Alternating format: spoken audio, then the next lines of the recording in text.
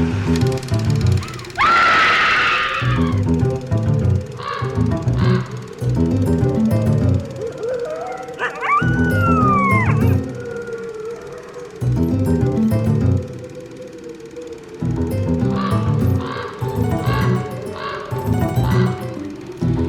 and welcome to Screen Scene, the horror movie podcast where we watch every horror movie ever made and rank them from best to worst. My name's Sarah. And I'm Ben. And thank you, listeners, for tuning in to our second episode. So, Ben, what are we watching today? Well, it's pretty exciting. Today we are watching Der Student von Prag. And this is a film from 1913, and it's widely considered to be the first feature-length horror film ever made. Wow. It's also considered to be the first feature-length independent film ever made. Okay. So movies up to this point, even at this early stage, were largely made by movie studios. They weren't quite the same studios we know today, but they were made in that system, and this film was made entirely outside of that system. What's really exciting is that this has been considered a lost film for many, many years, and it was recently restored by the Munich Film Museum and put out on DVD by them last year. Perfect timing. Yeah, absolutely. This film was directed and also stars a German actor named Paul Wegener. You have a little bit of experience with his work as well because you've seen a later movie of his, which is The Golem. Okay, yeah.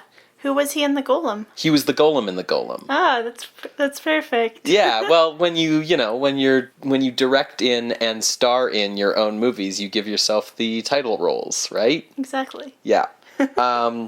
Now, last week we watched short films, so we're transitioning into the earliest feature films now. The first feature film ever made is generally considered to be a movie called The Story of the Kelly Gang from 1906 in Australia, and it was an hour long. And at the time, an hour long would be considered like, oh my god, I have to sit in this theater for so long! My poor attention span. Flash forward to today, where the average movie is like 2.5 hours, often are part of a trilogy of movies that are 3 hours long. Right, exactly. This film from 1913 is 88 minutes long, so a little bit longer still. As I said, it's largely the product of Paul Wegener, and Wegener was 39 years old when he made this movie, and he actually went to school for law originally. And he dropped out and became a stage actor. And he actually studied under Max Reinhardt. Similarly to George Méliès, whose films we watched last week, Wegener saw that film was a genre where he could take advantage of things like editing to create special effects that weren't possible on the stage, especially for like fantasy-style stories. So he really wanted to do this movie to take advantage of things like that. They based the plot of the film on Edgar Allan Poe's short story William Wilson. I don't think I've ever read that one. I'm not too familiar with it either. Yeah. But the other source for the film was Faust, which I am very familiar with. Yeah, I think the version that I have read, because there's a million versions of Faust, is the play. And what they really wanted to do was a lot of trick camera work that was done by a cinematographer named Guido Ziba, and he did all of these camera effects for the film. Because Wegener had never directed a movie before, he was just a stage actor, he did hire an experienced film director to come in and co-direct with him, and that was this guy named Stellan Rui, and Rui was from Denmark. He was Danish, and he was jailed for being a homosexual. So he fled Denmark and came to Germany, where at the time, in pre-World War I Germany, there was a lot more freedom for someone like him. He ended up serving in the German army in World War I and died in a French POW camp. Oh, that sucks. What year is this? 1913? 1913, and the war would start the next year in 1914. Like I said, this was an indie film made outside of the studio system, and it was advertised as the first film to portray, quote, Great, serious, dramatic, and literary art on the screen, unquote. Did they not see Frankenstein? Well, that was an American film. Did they not see one of the Jekyll and Hydes that we saw? I think they had a pretty They weren't as vigorous in their movie searching and watching as we are. I think they maybe had a bit more of a pretentious opinion of themselves. They also intended it to have as few intertitles as possible because they wanted the movie to stand on its own merits as visuals and so on. Show, not tell. Yeah, exactly. Now, I've never seen this movie. I don't think really anyone has for like 100 years. Yeah. But I guess while filming this movie on location in Prague, that's where Paul Wegener first heard the legend of the golem. Because, of course, the golem is a Jewish legend from the city of Prague, and that's what inspired his later films, which you have seen. Yeah. Are we going to be watching the golem? We probably will see it later on in this list, yes. Cool. So I won't talk too much about it right now, but it was very interesting in its use of special effects and how it was like a monster movie, but not scary. Yeah, I think it's important because it's a precursor to Frankenstein as a film in a lot of ways. Yeah. But yeah, this film, I don't really know what to expect because it's been out of circulation for so long. Mm-hmm. Well, a big special thanks to the Munich Film Museum for putting so much work into restoring this so we could watch it and rank it. I don't know if they restored it solely for the purpose of this podcast, Sarah. I'm pretty sure they did. So if this was just recently restored, where can folks find this? Well, like any film made before 1923, it is technically in the public domain. So probably the easiest way to watch it right now is on YouTube. Someone has put up the restored version on there. The picture quality is not fantastic, and the subtitles for the German intertitles are very large on the screen, but it is what it is. The ideal way to see this right now is on DVD in the restored version, but right now that DVD is only available on special order from the Munich Film Museum, so you have to visit their website and order it directly from them. There are some other DVDs of this floating around, but they're of a 41-minute truncated, poor quality print that had been floating around earlier before this restoration. So I would avoid those versions at all costs.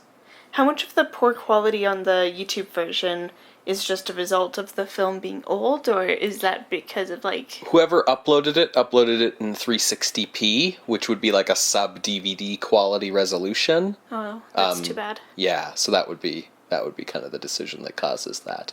But it's still, like I said, better than watching it on a cheap DVD. But definitely the best way to go about it would be to order the DVD directly. If someone were to order that because it's in Germany and get it shipped to North America, would there be weird region differences on DVDs? It would be important that when you ordered it, you check to see if they offered it as a Region 1 DVD, because of course a Region 2 DVD won't play here unless you have a Region 3 player.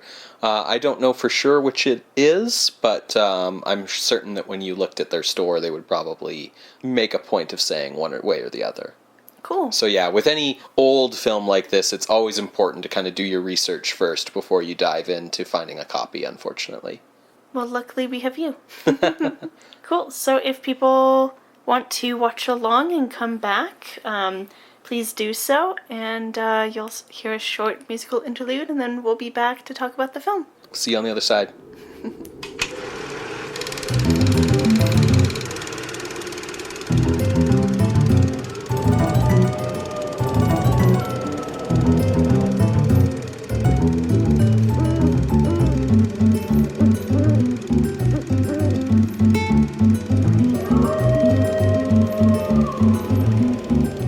All right, and we're back from watching The Student of Prague.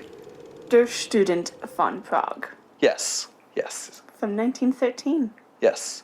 The Student of Prague is about this student named Baldwin, who is depressed, but also the world's best fencer.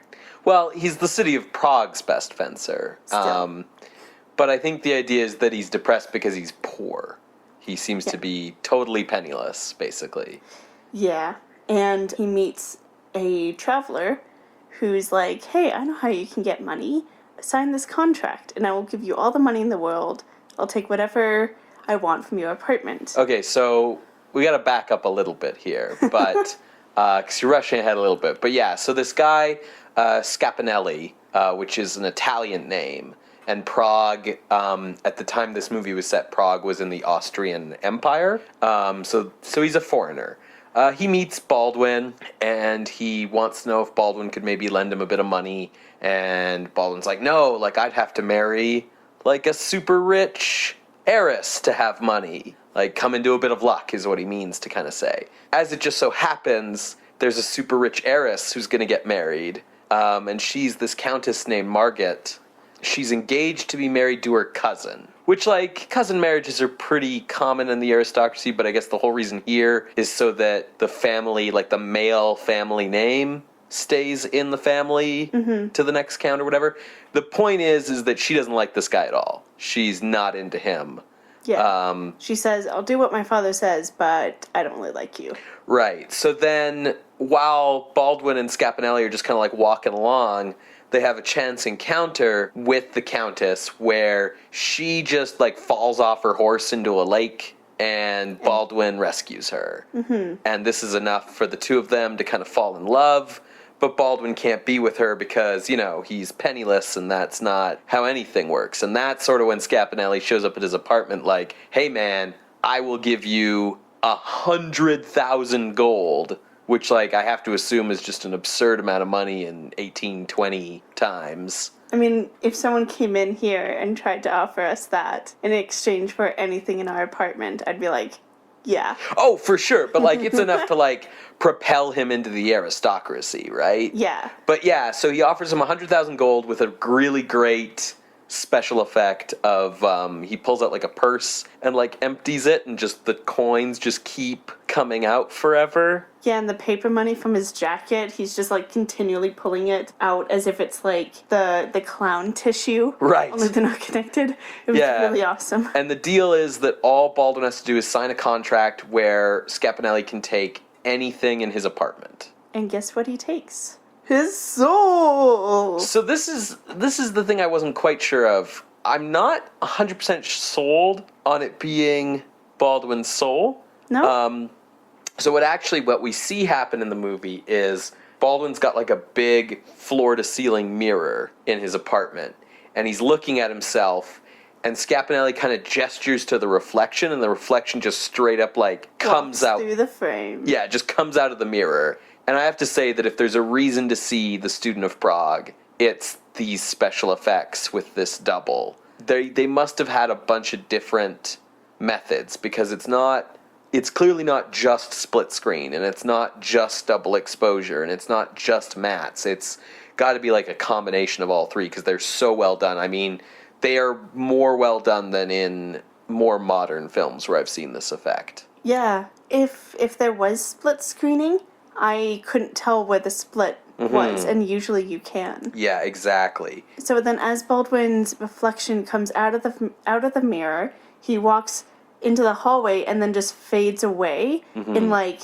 the smoothest fading away that I've ever seen. Yeah. And then the magician or whatever, Scapinelli, goes to follow him, and then his fade is just insane, because like you see his face fade away last and it turns into his skull for a split second, and Ben can attest to this. I was like, whoa, as it happened, and we were watching it. And then as you see Scapinelli fade away and walk away, he's carrying a scythe, like he's death. Yeah, it's pretty effectively spooky. And so yeah, we kind of, because of the standard narrative around signing a deal with the devil, as well as the associations with reflections and mirrors, immediately we were like, oh, it's his soul. Because you said, like, with vampires, they can't see their reflection, and that's because they don't have a soul. Yeah, exactly. So that would fit, like, a lot of traditional folklore. The reason why I'm not sold on it being his soul that he gives away is because the double for the rest of the film is doing all these evil things, and he's kind of heartless. You know, Baldwin is the one, he still wants to marry the Countess, he still feels things greatly, he feels regret and remorse and fear and terror and all these things that you wouldn't, like the double is the one that seems soulless. So I sort of came to the conclusion, remembering that this is a German film, that his reflection is literally his reflection. Okay. He's literally the evil opposite. Or to use the appropriate term, he's his doppelganger. And this is the doppelganger myth from German folklore. Okay, I would agree with that. To kind of sum up the rest of the film, Doppelganger does a bunch of, like, random evil stuff. Ends up killing the Countess Margit's fiancé, even though Baldwin said he wouldn't, but his double did. Right. So the deal here is that basically the fiancé finds out that Baldwin's trying to make a move on his girl and challenges him to a duel. And that's where this whole idea that Baldwin's the greatest fencer ever comes in, because the dad who arranged the marriage, like, comes in and is like, hey man, like, please, like, don't kill this guy in this duel because I need him to carry on the family line and all these things. And Baldwin's like, yeah. And they shake on it. And then Baldwin leaves his house to, like, go to the duel, where presumably he's still planning to fight, but just not kill the guy.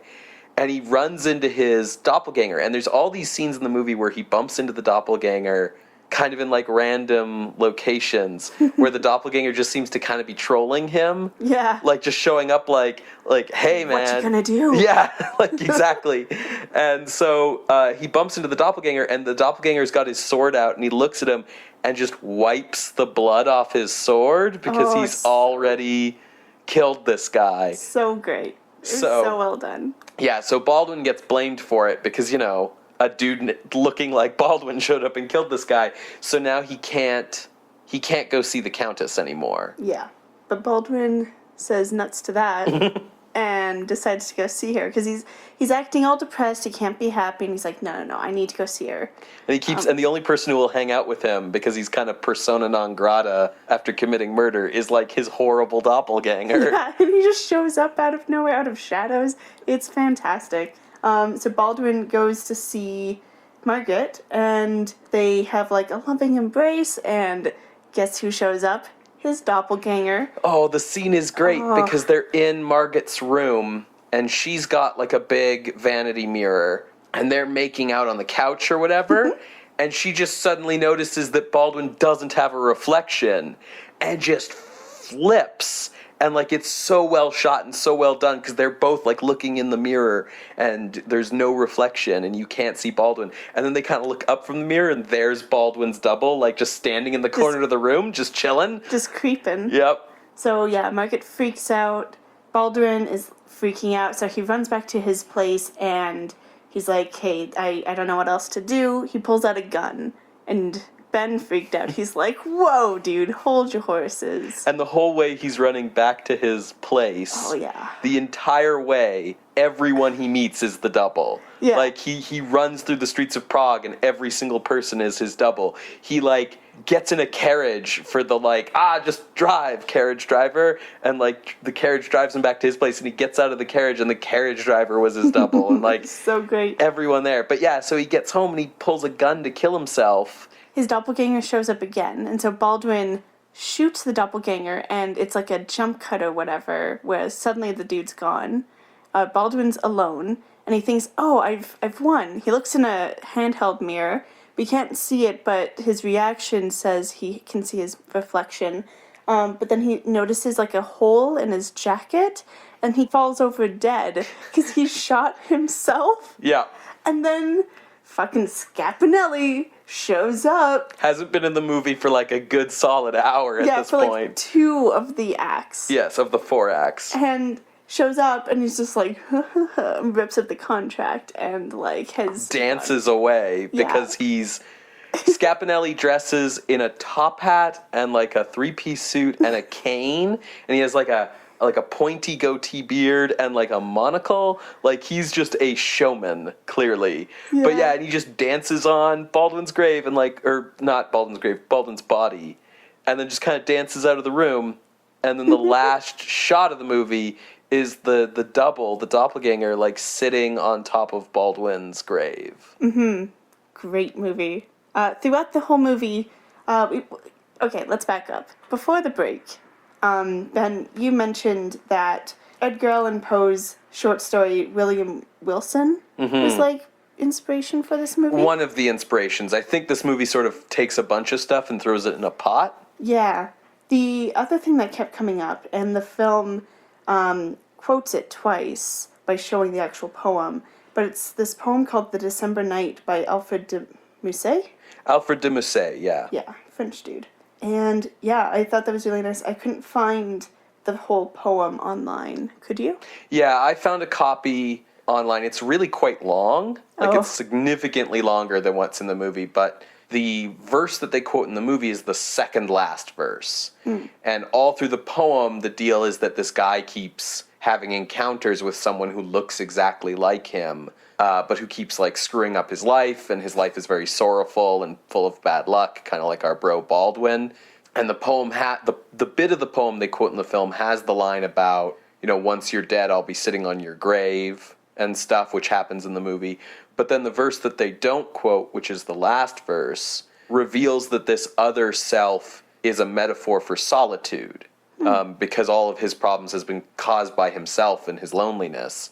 And I'm wondering, because they don't use that verse, whether they didn't use that verse because it didn't work with their story, or they didn't use that verse because they were assuming an audience would know the poem and know the implication of the whole thing. I'm not 100% sure.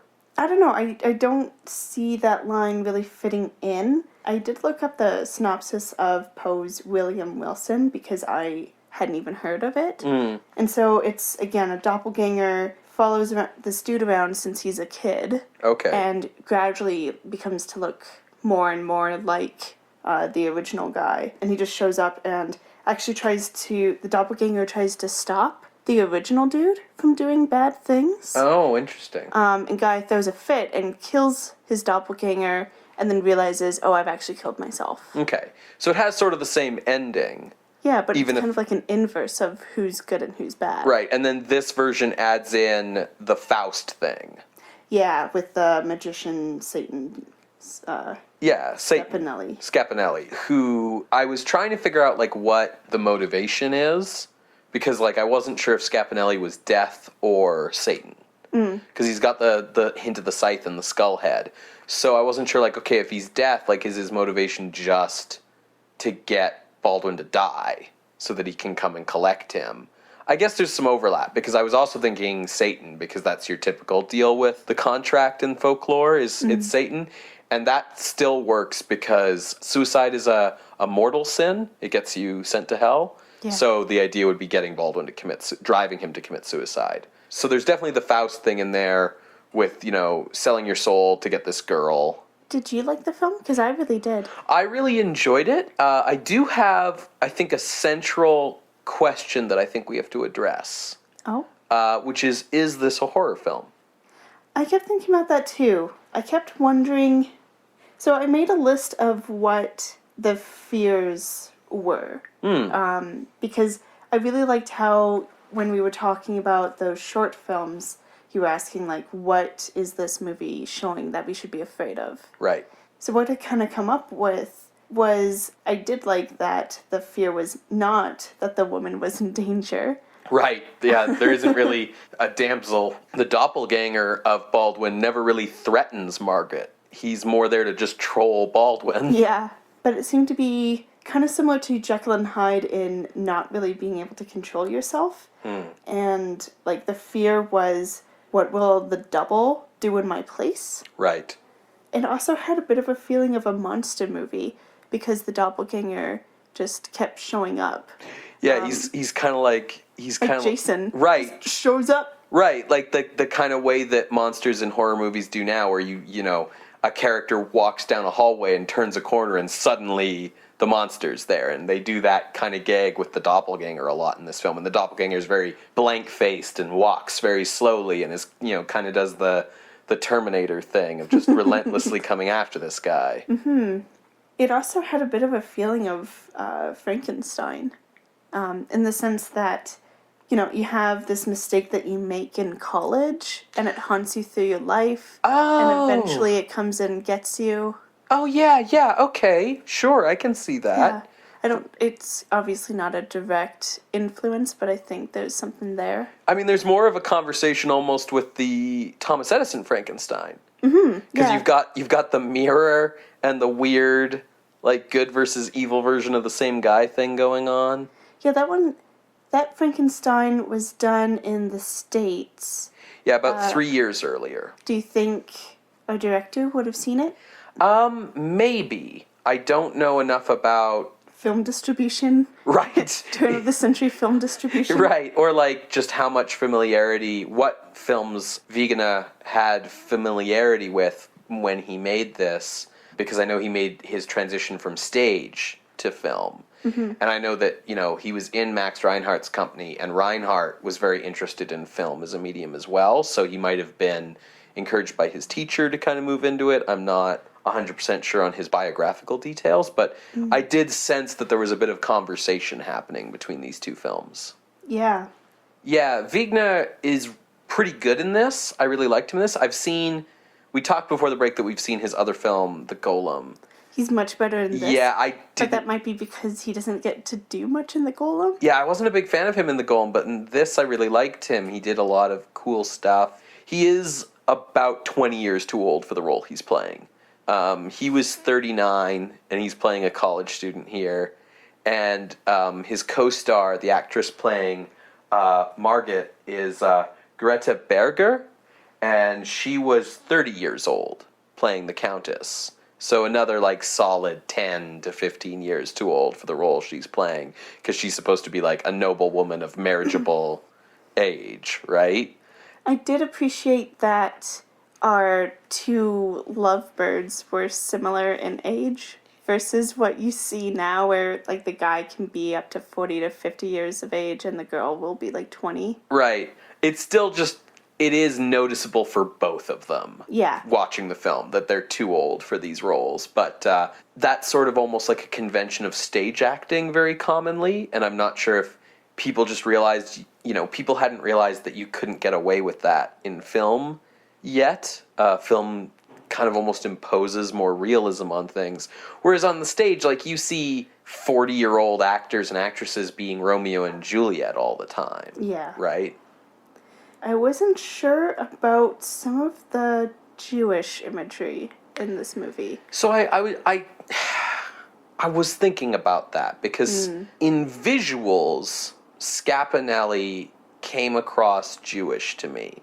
And I didn't know why. Okay. Because he doesn't have a lot of the standard Semitic tells. Yeah. He's more of a kind of a vaudevillian figure. His name isn't Jewish at all. It's Northern Italy. And I wasn't sure if it was just because his character archetype in this movie has, in subsequent years, often been a character archetype that's a Jewish character. He has a bit of Shylock in him, he has a bit of Svengali in him. But I don't think in this movie he's a Jewish archetype. Mm-hmm. I think that I'm just projecting from other versions of that character that I've seen.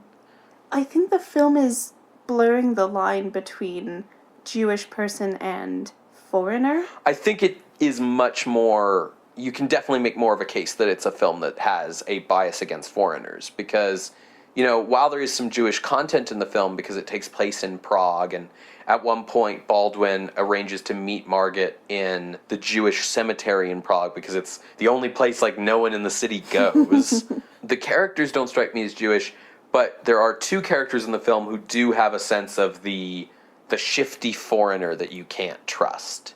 Because you have Scapinelli, and then you have Ladushka, a character we haven't really mentioned yet. Yeah, so to explain who Ladushka is, she is kind of a girl who hangs out with all of the college students, and she has a big crush on Baldwin, and she continues to kind of follow him even after he becomes more of an aristocrat. Mm-hmm. An aristocrat. First, she's just kind of a dancer around all these college students, and then she's a flower girl, so selling flowers to Baldwin. But she keeps sneaking around and following Baldwin, but more following Margaret? Well, eventually, like, she starts following Baldwin, and then when it becomes clear that Baldwin is after Margaret, she starts following Margaret, and then, you know, her plot role is that she's the one who tells Margaret's fiancé that Baldwin is moving in on his territory. I thought it was really interesting that, to kind of diverge from our discussion point there for a minute, so as she's sneaking around, she's not good at sneaking around. Yeah, she's really obvious. Why aren't people seeing her? And so it made me wonder, like I'm not going to say, oh, this movie is making a point about how the poor are invisible, but it just struck me as something kind of weird. Yeah, there are scenes where she is supposedly sneaking around, but characters who don't see her are looking right at her. Mm-hmm. And yeah, it's you almost have to wonder if there's something being said about that. But her whole deal is, yeah, she wants Baldwin wants Margaret, so she kind of sells Baldwin out because she thinks that this will get her back in Baldwin's good graces, and it doesn't. Then she kind of exits the picture. She's not really important to the end of the film. Yeah. So the reason why we were saying that she's poor is because the film doesn't really explain who she is or what she does, but her costuming codes her. Mm-hmm. She's in, she has a scarf over her hair. Her dress is in patches. Her slip is out from underneath her dress. Yeah, and she walks around barefoot everywhere. Yeah. And I wasn't, from her name, like Ladushka is Slavic.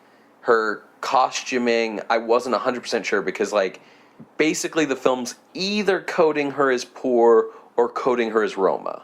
Mm-hmm. So again, she, with Scapinelli, kind of falls into this coded message of the untrustworthy foreigner. Yeah. This kind of ties in with the other Jewish imagery with the cemetery, because the reason why I think the film's trying to lump these foreigners in with Jewish imagery or anything like that is because when we go to see the Jewish cemetery, Scapinelli's just hanging out there. Right. And Ladushka also seems to have a lot of familiarity with where to go. Mm-hmm. And Margaret, when she goes to the Jewish cemetery to meet Baldwin, she passes Scapinelli, and when she sees him, she genuflects. She makes the sign of the cross in front of him to kind of ward him off, which is weird. Yeah.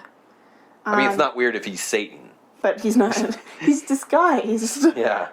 And it also had me thinking about, like, this idea of, like, exotic otherness. Because that's the only other reason I could think of why, oh, let's go to this Jewish cemetery. And the way that the camera was positioned, you could see the tombstones with Hebrew written on them. Mm-hmm. And I feel like it was done to make it feel like a known, otherworldly place that happens to be located inside the city. Right.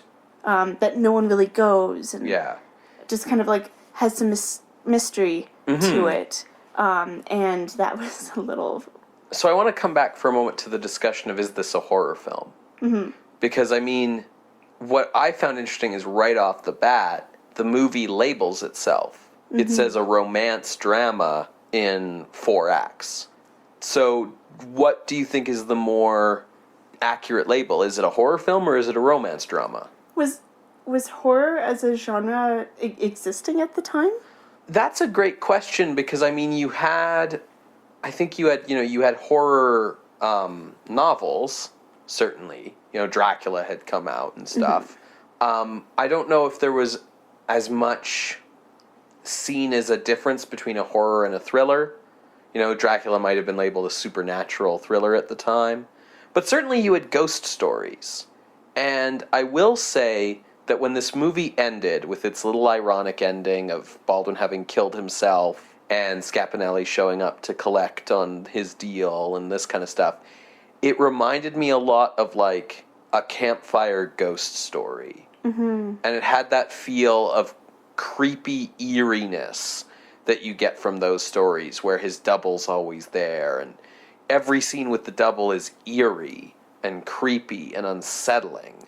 But every scene without the double, and I mean there's more scenes with the double as the film goes on. You know, he's very occasional early on, and then it picks up the pace. But early on, the film totally is a romance drama. It's this kid and this countess and this baron, and they're rich and they go to balls and they arrange for duels and, this kind of stuff. And I almost wonder if it's kind of a bait and switch. I would agree that it's a bait and switch, but done purposefully. Yes. Because a lot of gothic horror stuff from like the 1800s that I've read, it starts out like that too. Some of those stories and novels will get creepy right away, but often it's just kind of like, oh yeah, it's just like a happy normal family doing whatever, or let's go on vacation, or it happens to be this creepy castle, but I'm sure it's fine, but what's that howling out there? Right. Things get progressively more creepy as they go on, and that would definitely fit this movie. Yeah, I think that, the scenes where the double is first created, then Baldwin goes to a ball and he does dancing and they do fancy things, and then the double shows up again. And it's like, oh. And then Baldwin goes on a date and whatever. And so the film kind of layers it in slowly and then brings it in more and more and ramps up the pace until you get to this ending where he kills himself. And I thought that the way of pacing that was really effective. Mm-hmm. I do wonder if it's a ghost story from this time period, too, from this 1913. I wonder, is there a moral we can draw from this story? Like, what's the philosophical statement being made here? What does the double represent? Is he Baldwin's evil side? What did Baldwin do to deserve this? Usually when you get these deal with the devil stories, the guy who makes the deal is some arrogant schmuck who's going to be taught an ironic lesson. Baldwin wasn't an arrogant schmuck. He was a down-on-his-luck kid who just wanted to get with the love of his life, and he needed money to do that, So I wondered, is it just is the moral just beware of foreigners, or is there anything else going on here? I think it's just the fear of other, Okay. Other as in those foreigners or anything like that, or what your other self will do. Right, yeah. Okay, I can totally buy that. It's just his doppelganger is a personified fear of the other. Yeah. Yeah, okay, I'll totally buy that. And I think that ties into with why people seem to avoid or just not see Ladushka. Because, she seems to have grown up in Prague or, is pretty familiar with the city, but everyone is just kind of, cringing away from her. Even the fiancé, when she goes to be like, hey, someone's getting your girl, everyone just kind of doesn't want to be around her. Mm-hmm. Yeah, I think fear of the other, and it's sort of an inevitable fear. Everything in the movie is like clockwork. There's this feeling of inescapable doom. Everything grinds to this inevitable conclusion. Mm-hmm. So I think I'd agree that it's a horror film.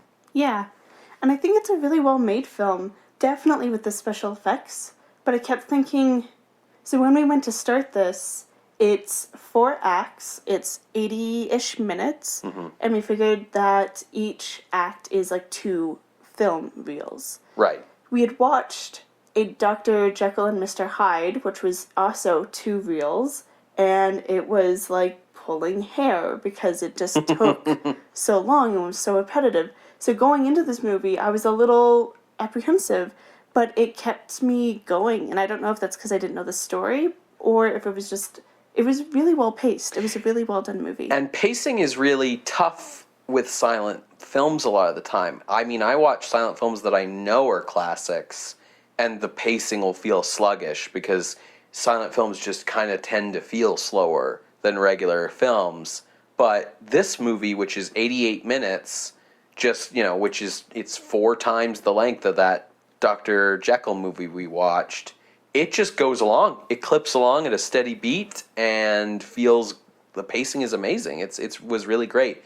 I think in terms of a filmmaking perspective, I've talked about how much I liked the effects and how well the effects were done.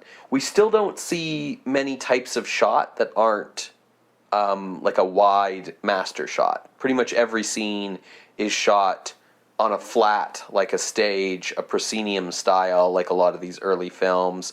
I didn't notice a single close-up in the whole movie. Well, except for maybe when it's on the poem. Sure, that was more of an intertitle. Oh, okay. Right?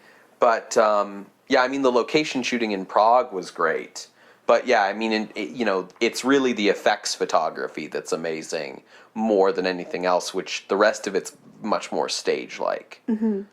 I mean, I can't really fault it for that, because, I don't know if we've already talked about this, but, so Paul Wegener, who starred as Baldwin, he was directing this, and this is his first time directing it, or directing anything. So he brought on another director to help him out with that.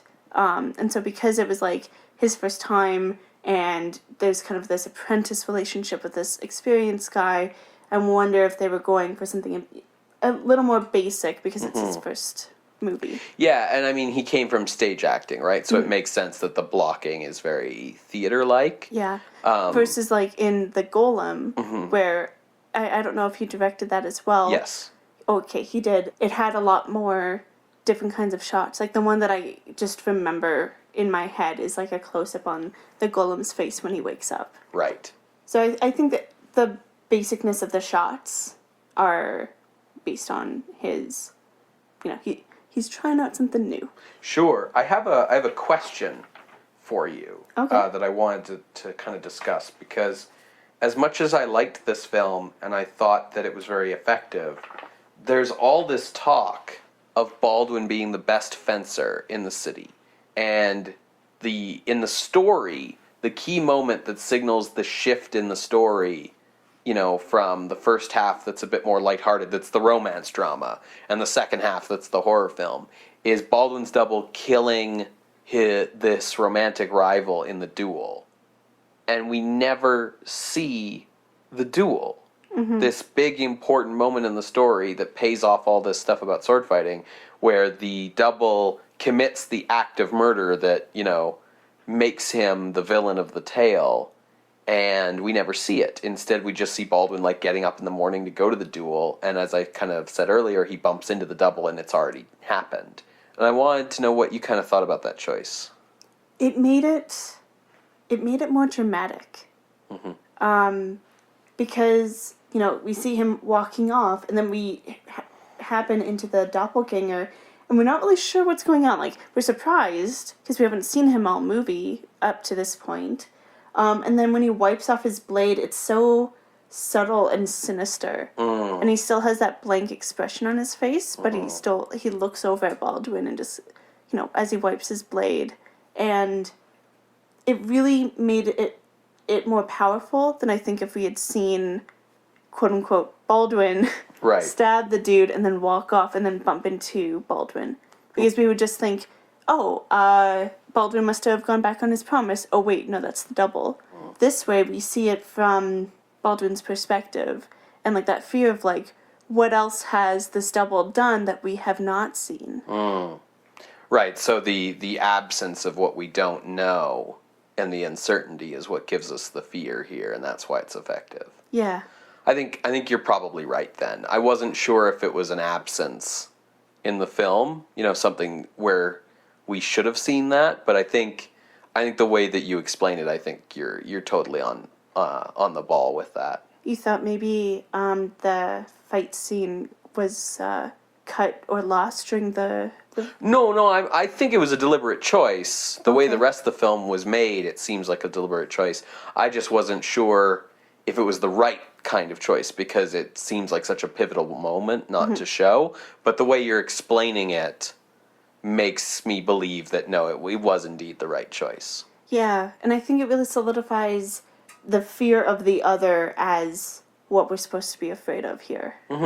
That fear of the uncertainty of what has this guy done in my name and stuff like that. Yeah, I would agree. Do we have anything else to say about this movie? No, not really anything. I just wanted to add that the guy playing Scapinelli, I forgot to write down the actor's name. Oh, but it's John Gottoit. He was great.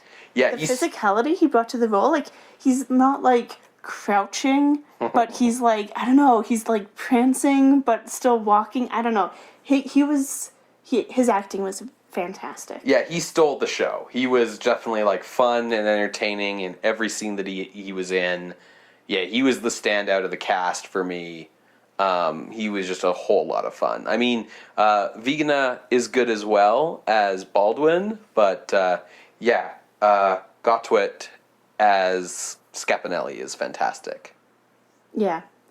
Other than that, I'm happy with where we're at. Sure. Well, then let's rank it.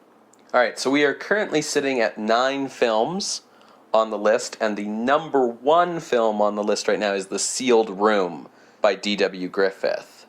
Right. So, even though it's still like our second episode, just to remind listeners, The Sealed Room was the aristocratic setting, again based on Edgar Allan Poe. Again, only took the method of murder from Edgar Allan Poe. It's actually kind of very oddly comparable to this movie because you've got the aristocratic setting, you've got the method of murder from Edgar Allan Poe, you've got the love triangle that's the sort of crux of the story. Mm-hmm. You know, the horror film disguised as a romantic drama. Yeah. So, which was the more effective then, and specifically as a horror film?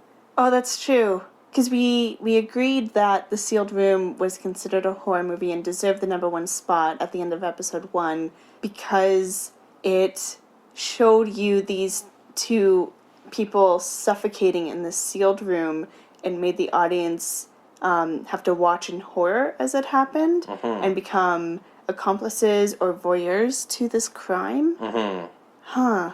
I think Der Student von Prag goes above it, above The Sealed Room, because while I think The Sealed Room had more of a your heart's kind of caught in your chest kind of horror, it is shorter, so that would explain that.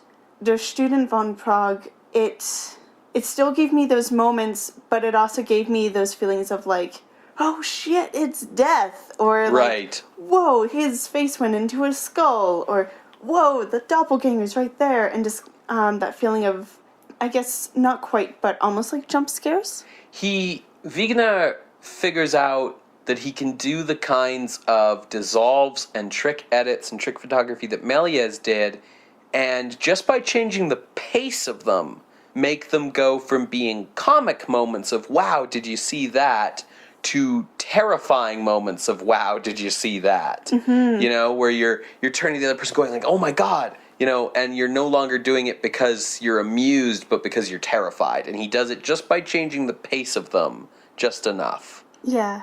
Where things aren't coming at you quickly and all of a sudden, but rather at a kind of deliberate pace.